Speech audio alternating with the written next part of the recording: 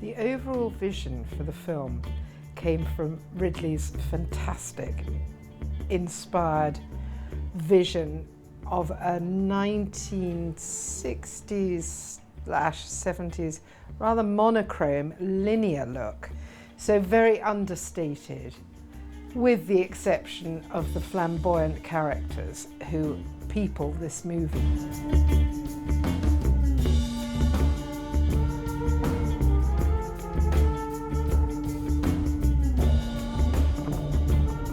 The challenge of doing a period piece like this is not really a challenge, it's a joy. Flower power and the freedom of the youth.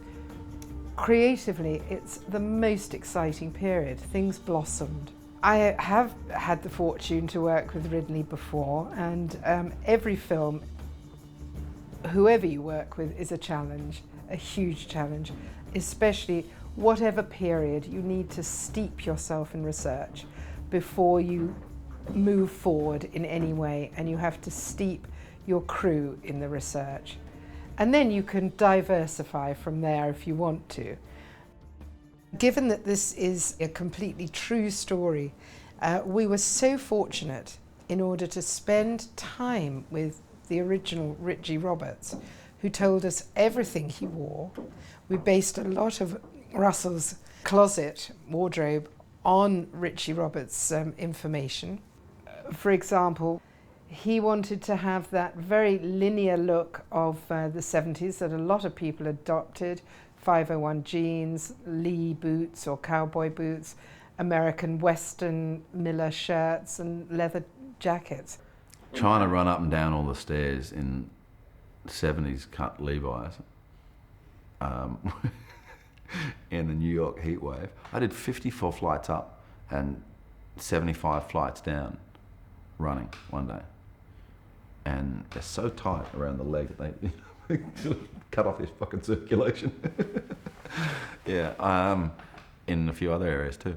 I mean, you could say you could shop this film, because everything in the stores right now is 70s. We've had wonderful resources from the costume houses, from big vendors who have just supplied us with the most wonderful original pieces. Then you do feel confident that you know that it's right and that the actors know it's right and feel confident in their acting. Makes all the difference in the world, man. I mean, look, Russell said it the best. When I first said hi to Russell, and he was like, "Hey, I'm so glad you're doing this, and this is great. We'll work together, this and that." And I said, "How's it going so far?" And he said, "Look," like this. He goes, "I don't have to do anything. The clothes are doing it all. I don't have to do anything." And it's true, man, because, you know, you put back your hair, you grow a mustache or whatever. That's one thing, you work on the character, but there's something that happens when you put on clothes like this and you're walking down the street and everybody's looking at you. You can't help but be affected by it, you know? So, Janty Yates, man. Janty Yates. She's it. Well, I'm flattered that Josh mentioned that the costumes worked for the characters, because we had great fun with Josh. We were able to put him in very sharp sharkskin suits, very wide lapels with flares, with colour. We put a lot of emphasis on Trupo's clothes, and Trupo is, you know, again, in that mafia mentality. That's his shtick. I mean, he wants to look as profound as possible at all times. Josh Brolin and his gang, the Princes of the City, were very renowned as being the sharpest dressers in their time, because they had so much money on the take. And there's an image in the script which caught my heart. They come over the horizon and they're all in these flowing black leather coats, like vultures. Although some of the coats don't flow, his does, and he just captures the moment of power, all seeing, all being power that these guys had at that time. 10 grand, first of each month.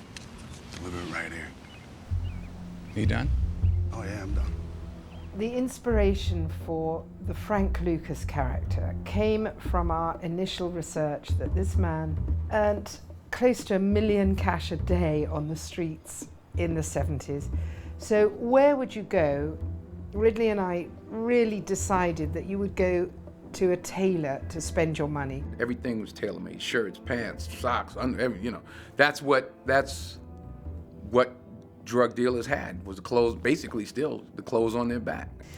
With Frank, we were able to ask him even what he wore when he went to Vietnam, what he wore when he went undercover on the streets, and we've changed it a little bit, but we've stuck quite close to their originals. The chinchilla coat and hat that are so pivotal in the script and in Frank Lucas's life, because it got him shopped, really. He normally was very downplayed in his costume, in his wardrobe, very subtle, so he wouldn't attract attention. And he's cursed that chinchilla coat ever since. So we recreated the chinchilla coat and we recreated the chinchilla hat. The day that we shot the recreation of Madison Square Garden's The Fight between Ali and Frazier was probably the biggest day on the film. We had around 800 or 900 extras. A core group were dressed as the original core group.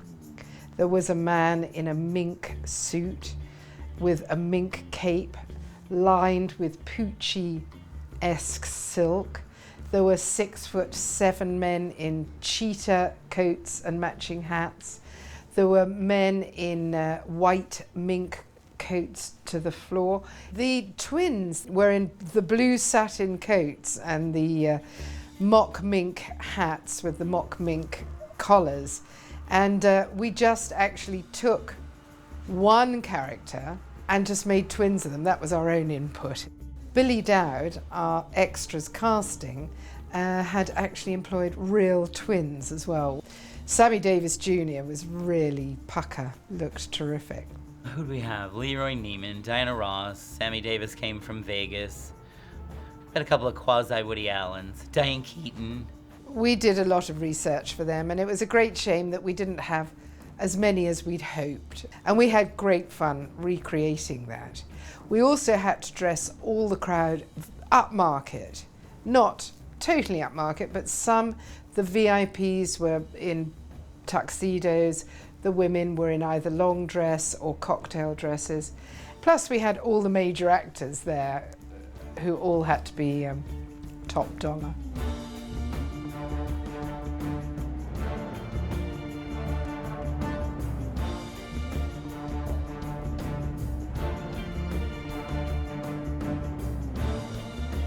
The Frank Lucas wedding, we did try to keep classic and timeless. His tuxedo, we amalgamated varying shades of cream silk in tie, shirt and vest in order to bring a feeling of luxe to the Frank Lucas character.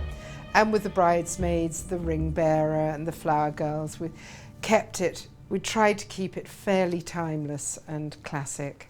And of course, with the bride lifted my heart every time I saw her. Oh, costume have been incredible. I'm particularly attracted to this because this is the years my parents were young. So it reminds me of the photos I've seen in the house of them. And actually in the wedding, I got a deja vu experience because walking down the aisle in a very master shot, I just saw all these 70s costumes, and it just reminds me of the wedding album of my parents. Is just I am in awe with the costumes. It's just a beautiful, beautiful work. That's the thing when you're working on, especially with somebody like Janty who's so precise, and you're working with a costume designer who's so precise in the era and so knowledgeable about it and has really done the research. It's very easy to slip into character when that happens. I think Janty put together an incredible wardrobe, for all the characters, and Huey as well. And as soon as you get that on, you're in the zone. You know, you immediately feel like, you know, you're back and you know who you are and you know what the character's about and you know what's going on. You know, the best time I have when I put a character together is when I start to relate to the character, or when you see the character. And the first times you see him is in your wardrobe.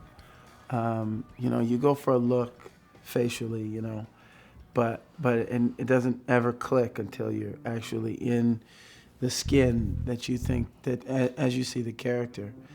You know, and it was very trendy. You know, there's a very specific fashion back then.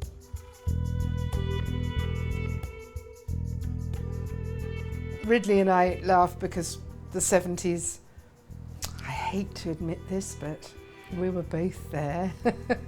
But we weren't in America and we weren't in Harlem. But then I wasn't in ancient Rome all those centuries ago, and that's the joy of any period, whether it's recent period or ancient period.